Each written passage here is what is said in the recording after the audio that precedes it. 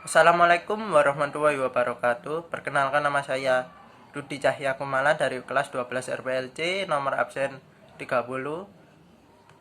Di sini saya akan menjelaskan pengertian normalisasi, tujuan normalisasi, jenis-jenis normalisasi, dan contoh normalisasi.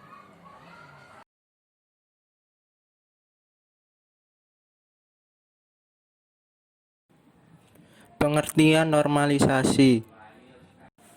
Normalisasi adalah proses pengelompokan atribut data yang membentuk entitas sederhana, non-redundanda, fleksibel, dan mudah beradaptasi, sehingga dapat dipastikan bahwa database yang dibuat berkualitas baik. Tujuan normalisasi. Tujuan normalisasi untuk menghilangkan dan mengurangi redundansi data, dan tujuan yang kedua adalah memastikan dependensi data atau data berada pada tabel yang tepat. Jika data dalam database tersebut belum dinormalisasi, maka akan terjadi 3 kemungkinan yang akan merugikan sistem secara keseluruhan.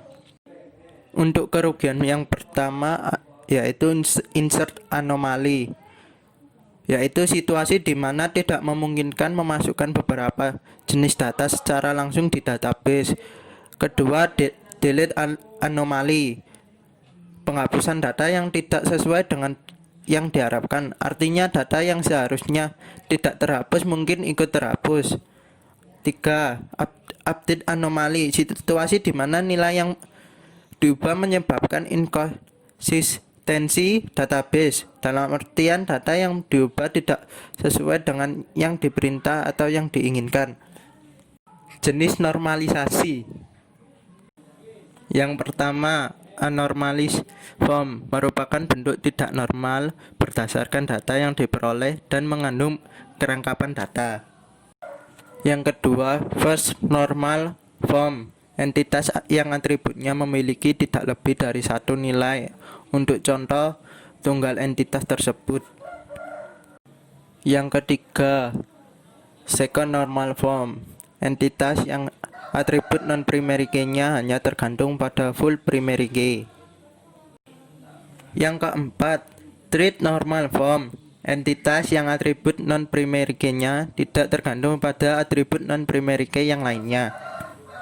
Yang kelima, Boise code normal form, dilakukan remove multi-valued dependent.